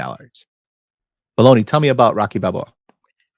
So you mentioned it, 2006. So obviously, now we're adults now. We're in adulthood. When I heard this movie was coming out, I think I had the reaction of a lot of people. Why? I thought it was an obvious cash grab. I thought, at the time, you're doing, you retread movies as the trend nowadays. In 2006, it shocked me how much I liked this movie when I went to go see it in theater. I thought it was a lot. I mean, more well written than the fifth one for sure. But I think about that scene, that monologue or that soliloquy. It's almost like we got to 6 Rocky movies, and he actually that was maybe my vivid memory of Rocky or Sylvester Stallone as an actor was that last quote that you just posted and stuff like that. So I thought it was good. I know people hate on Milo Ventimiglia. I know him as a character in Heroes. That's how I first saw him as like an actor and stuff like that. I thought he was decent in this movie as well, like playing the son that was kind of pissed off at the dad and stuff like that. I liked this movie. It was shockingly how much I liked it. I know him as the dude that fucked his sister in That's My Boy, the Adam Sandler movie. I don't think I've seen that. What? You've never seen That's My Boy? No. Dude, it's we did a whole Sandler episode. It's the only Sandler movie that's rated R, and he plays he plays a dude that has sex with his sister, who's played by the girl from Gossip Girl, and it's actually a hilarious, underrated Sandler flick. You gotta promise me you'll watch it. Yeah, I'm writing it down right now. That's My Boy. I saw this movie in theaters when it came out. It came out like the week of the 20th of December, I think. So I saw it literally like right after Christmas. I was always a huge Rocky fan. It's one of the movies I grew up like watching. And to be honest with you, this is probably my second favorite Rocky movie behind the original. And the reason for that is there's so many good monologues in it. Like you kind of touched on Bologna. The fact when he does, this world is all sunshine and rainbows. When he does that, when he does the whole speech of, aren't I entitled to my, liberty and, freedom of doing what I love, when he talks to the boxing commission stuff, when him and Paulie talk outside in the alley and he talks about the stuff in the basement, or when he goes to visit him at his work and talks about the stuff in the basement, how he can't get rid of it since Adrian passed away. It's like more emotional because, Adrian passed, from cancer, and he's missing her, and he's trying to live his life, and he's having this estranged relationship with his son. I thought it was done really, really well, and it kind of gives him a reason, why he gets back in the ring is to kind of punch out all those feelings he had. I thought the movie was done perfectly in terms of that. I do find it kind of weird though with the Gredlin Hughes as Marie. They kind of try to like make it seem like it was kind of a love story, and I'm kind of glad they didn't. I think they were trying to hint towards it, but I'm glad they didn't do that. But, Treasy would get mad if I didn't mention this. I love the fact the movie opens up with Take You Back by Frank Stallone. Because Frank Stallone needs his due. And that part, like, just brought me back to Rocky 1 of seeing him over the damn can, the barrel with fire and him singing that. This movie has a lot of good things in it. And I thought it was done very, very well. And it was originally supposed to be the end, and Creed eventually was born from this, but I love the way it ended. I love, everything about it. And the fact that Stallone did the fight scene at a fight with Bernard Hopkins, a championship fight, he told the crowd, "Hey, we're gonna film this scene from Rocky," and they reacted naturally to him coming out. That's really the crowd cheering for him. He didn't tell him to do that, and he said he almost broke down because he was like, "Jesus, like this is how iconic the character is." It's just so many good things going for it. It's a very well put together movie. What about you, Swell? So the thing that I love about this movie is one, his relationship with his son and how it's like it's strained, but two, like the first two fights against Creed took place at the Spectrum in Philadelphia. And then you had wherever he fought Clubber Lang, and then you had him fight in Russia. This is the first time this charity event happened in Mandalay Bay in Las Vegas, and this is the first time that they brought the boxing that's where the big fights happen now are in Vegas, right? So you got to kind of see this charity event, this thing in Vegas, and that spectacle that is fight night in Vegas. And I remember like growing up, my cousins used to have my cousin Roger used to have like the black box, right? The illegal cable box that like you could get all the fights for free. And how I was little and I never got to go over there because all they would do would be drink and watch these fights. And that's what I kind of missed out on. And this brought that all back. I think this movie is really great and really, really well done. I do think that Paulie is he has some redeeming qualities in this movie. He's also a dirtball at Adrian's grave at the beginning of the movie. I'm sorry, man. He's a dirtball. He's not a good dude. Yeah, but there's a part that was cut out where when he gets fired from his job and he runs out into the alley and he talks to him. There's a part actually that Paulie cries about Adrian saying he misses his sister, and they cut that out. I don't know why, because it's just like it's kind of powerful how he's like, I miss my sister. I wished I was dead. I treated her like shit, like dirt. And he even tells Rocky that in the movie. The parts that are in there, like you remember all the good times. I treated her bad. I was, that's why he doesn't want to reminisce about her because it just makes him think of how horrible he was to her. But I wish they would have included that part. It would have built a lot more with his character. Yeah, no, I agree completely. That probably shouldn't have been left on the cutting room floor. But like Bologna, I was like, why do we have another Rocky movie? And then when you realize this is really well done, and it's not just a cash grab. This was like a nod to the fans, like, hey, thank you, this is it. And then obviously the Creed movies happened, which are fantastic in their own right. I think this is a really great entry into the franchise. Yeah, and I didn't have much to say on Tommy Morrison in the fifth one. I should mention Antonio Tarver at the time was a professional boxer. I thought he was fine as one of the best names in all of the Rockies. Mason the Line Dixon. I don't know who came up with that, but I was like, it was like it's basically a video game character, or a cartoon character. But yeah, I thought he was fine in this as this was his only like acting role at the time. He was actually champion.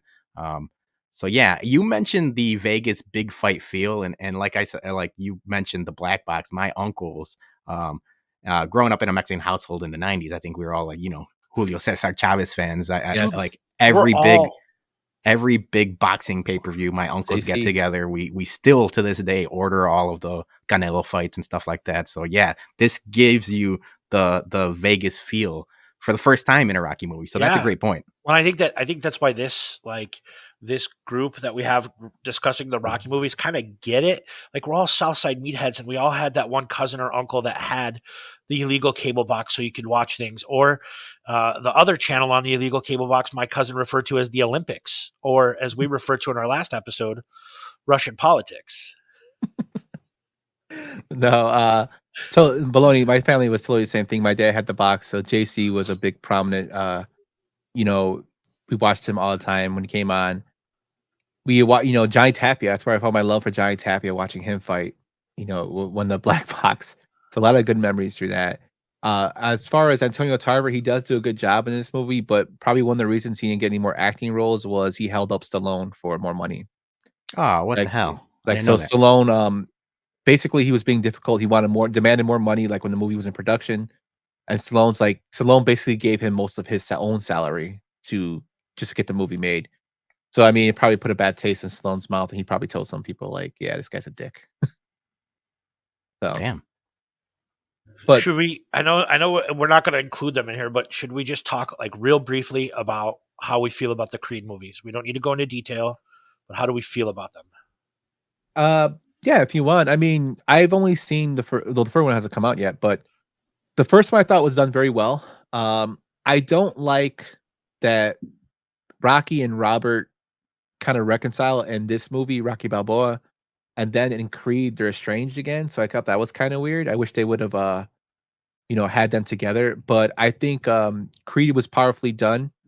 It was done very well in terms of the Rocky character. I mean, he got nominated for an Oscar for it. He won a Golden Globe for the role, as Rocky going through cancer. But and the second one was, totally paying off nostalgia with Drago coming back. So I thought they were good movies. Yeah, I loved that they had Drago's son come back and like what it did to him, like in the eyes of like, the motherland or Russia, like how he was like kind of an estranged son and he had to go live in Ukraine. He didn't even live in Russia anymore.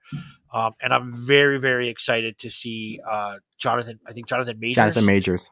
Like I'm very excited to see Jonathan Majors in Creed 3. Also, this is totally off topic, but Fids posted something on Twitter the other day about HBO shows or shows that you wish would have got another season, and he talked about what's the show that Westworld, but Jonathan Majors' TV show on HBO, Lovecraft Country, I wish would have gotten another season because that was a fantastic HBO show. But Creed 3 is probably my most anticipated movie for 2023 because the Batman 2 won't be out till 2024. So I'm very, very excited for Creed 3 in March.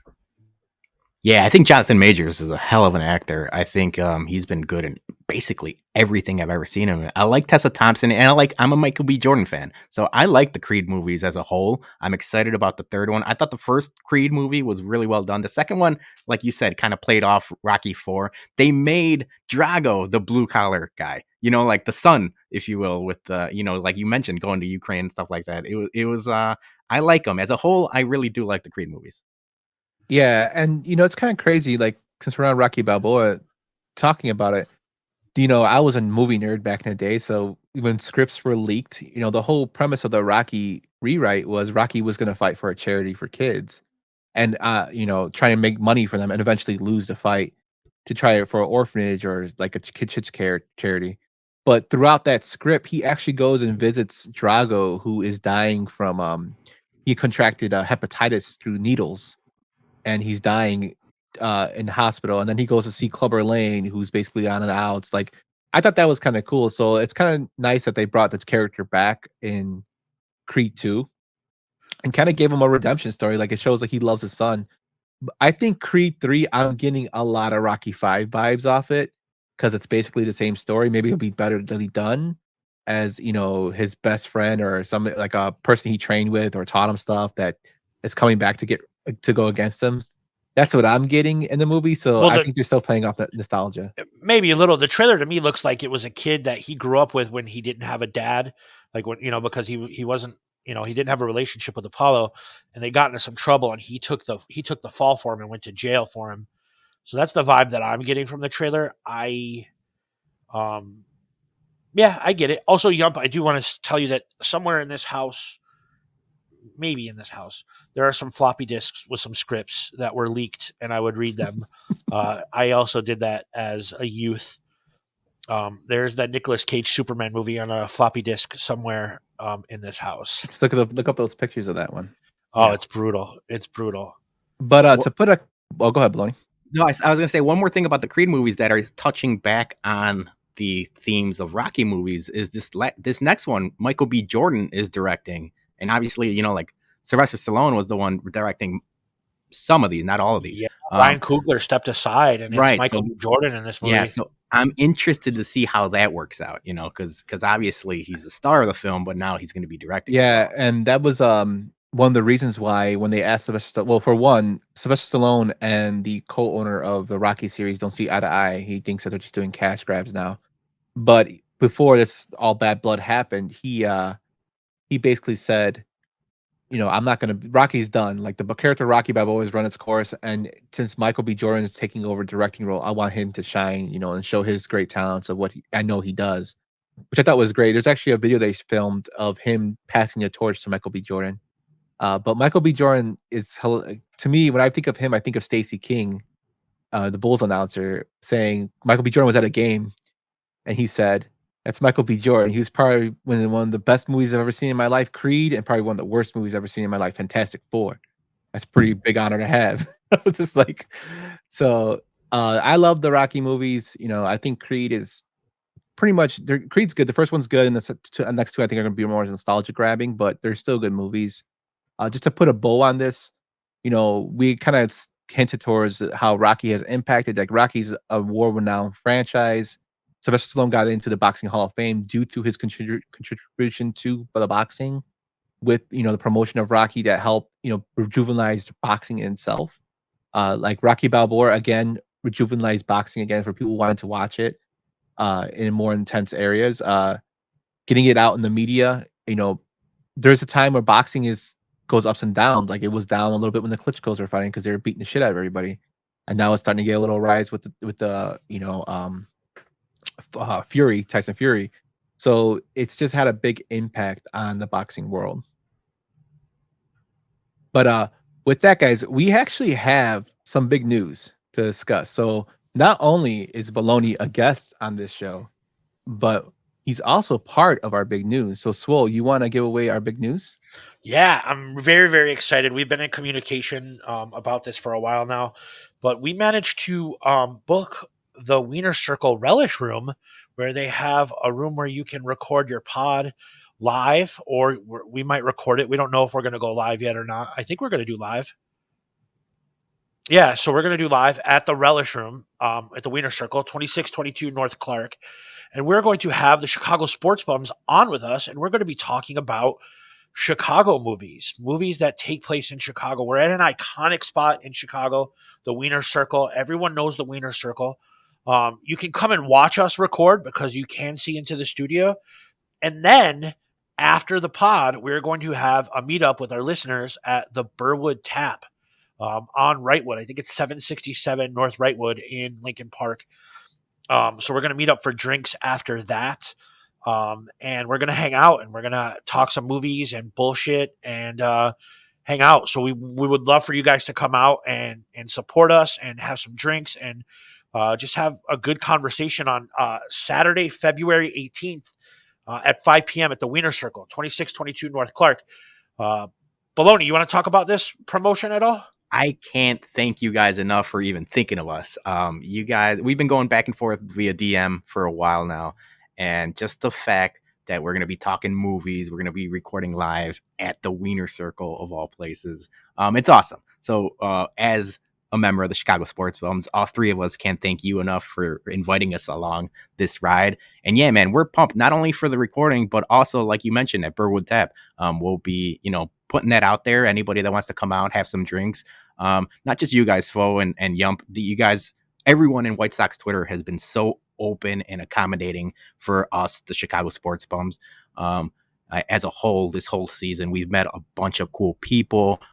Everyone's been so kind and gracious with their time, and even little things like retweets and stuff like that.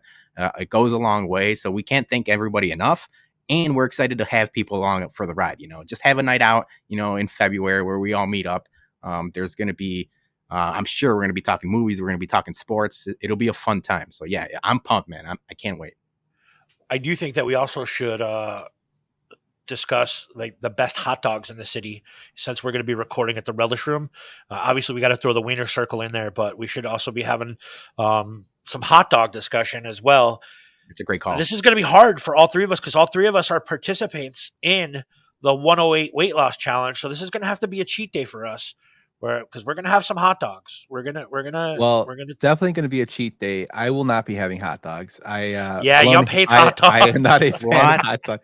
Don't say that while we're there. They have char burgers too. They have char burgers too. Yeah, but as a kid, could not get past the hot dog. I couldn't eat it. I still can't to this day. Yump doesn't like the glizzies. No, but I will say you guys are all killing it. We're all killing it in the 108 weight loss. We're all taking it pretty seriously and stuff like that. For sure, cheat day that day. No question about it. This is also going to be recorded. Correct me if I'm wrong here, Pete, but this is going to be recorded for an episode for the Chicago Sports Bums as well, right? Right. It's a little crossover. It's the Avengers meetup. It's all of that. Yeah, this is going to be a fun one. Bologna, as you said, just collaborating with you guys. We met some great people through White Sox Twitter. I met Swole through White Sox Twitter, and that's how we got the show together, along with Pete and Fids. Shout out to the 108 guys for even putting us on a little bit. And if we can help any of our friends out, that's more than we're more than happy to do it. And your guys' show kicks ass. I tune in every Monday to It's watch. really good. It's really good. It's hilarious. Your HBIC is hilarious to me. He cracks me up because he contradicts himself in everything he says. He says he hates Wrigleyville, but yet he hates the Cubs, but yet he's always partying in Wrigleyville. Which cracks me up. So does he love Dave Matthews Band too?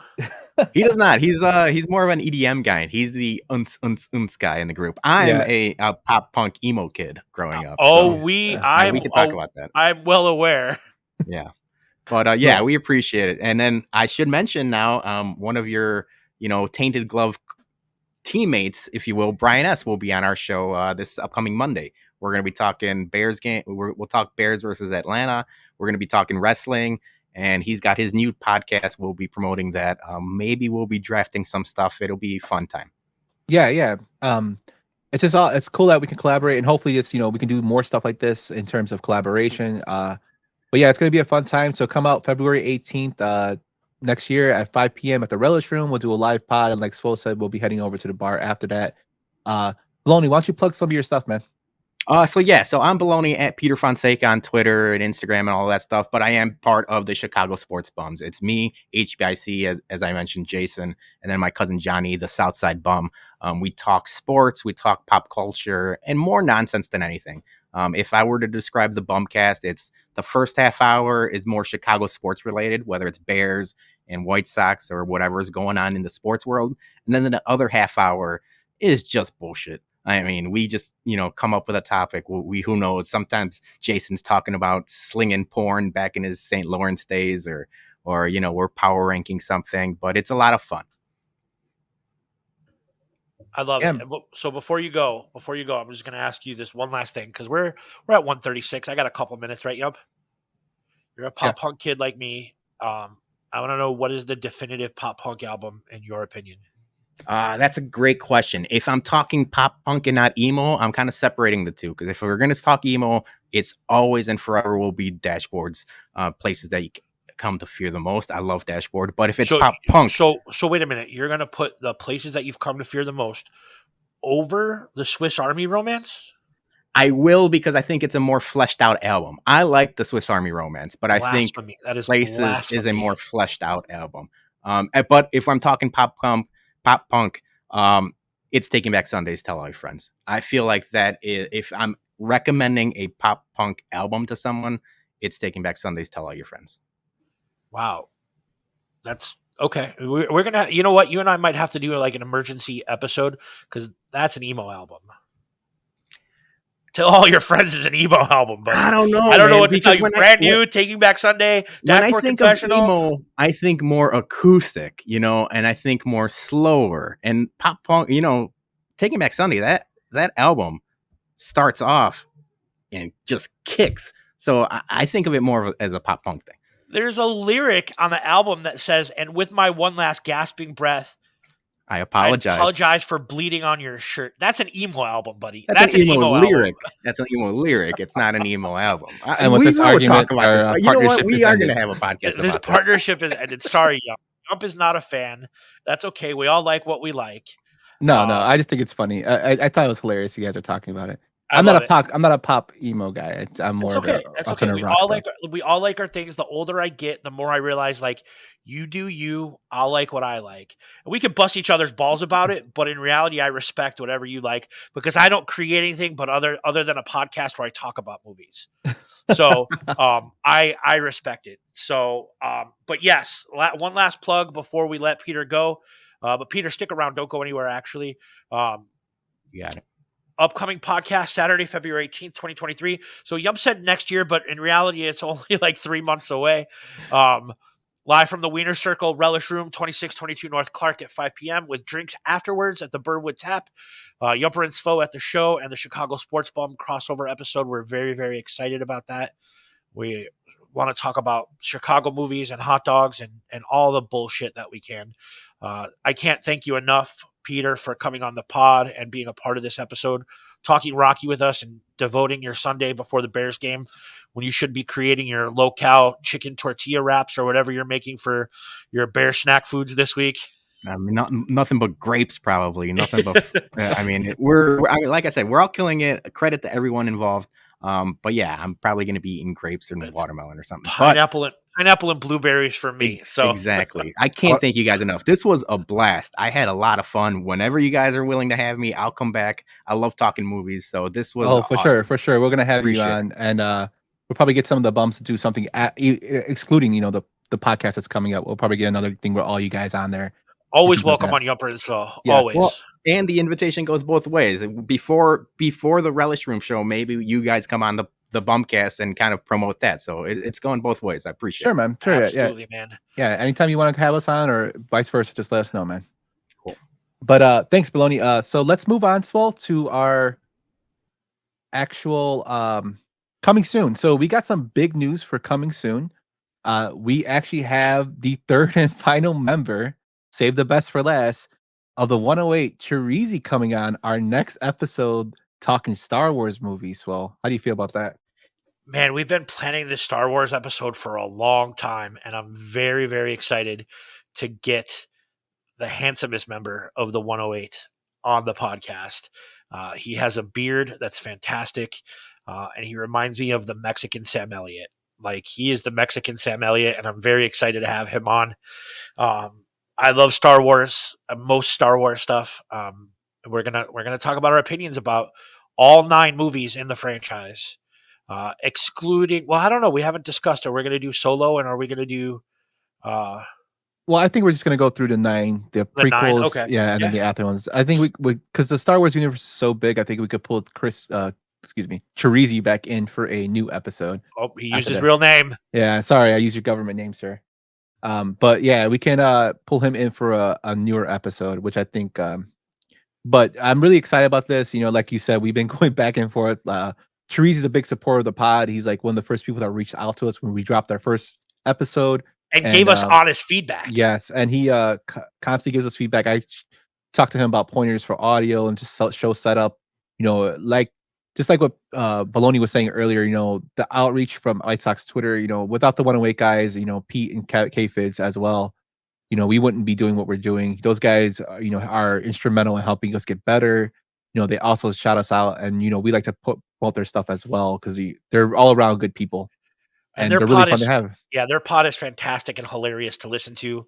We love Fids. We love Aloha, Mr. Hand. I laugh every single time. I love the chat on the Tainted Glove every, you know, whatever day they decide to record, you know, based on their schedule. They're both busy men.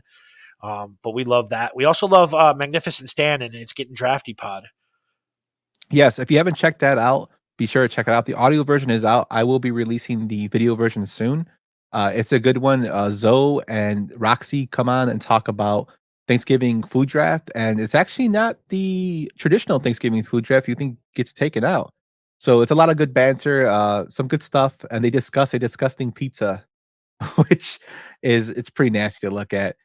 That you'll see in the YouTube version. So be sure to check out It's Getting Drafty in here with Magnificent Stan. He's put out some good stuff. But with that, guys, you know, we're getting close to Swole's final thought. I just want to say again, big shout out to Bologna for coming on. You know, you killed it today. Really enjoyed talking and BSing with you. Very happy I met you and, you know, the Chicago Sports Bums. Thank you to everyone who listens and watches our YouTube and just interacts with us. Without you guys, we're nothing.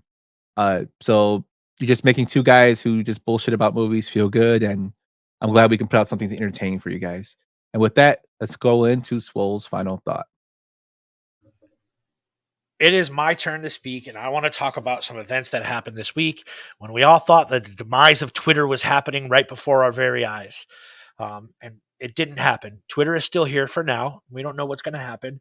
But I tried this earlier, and I didn't quite get it. But thanks to our guest that came on today, I think I understand Discord now, and I think I like Discord. I think Discord's kind of fun. So I think you should check us out on Discord. You should definitely check out the Tainted Glove stuff. The Chicago Sports Bums are on there. A lot of people from White Sox Twitter are starting to get into Discord. And we're having some conversations because you can kind of break down the conversations that you want to have. If you want to talk about craft beer, our craft beer conversation last night led to talking about food places in Cleveland and Great Lakes and Melt. We've also talked about sneakers. We talked about the White Sox.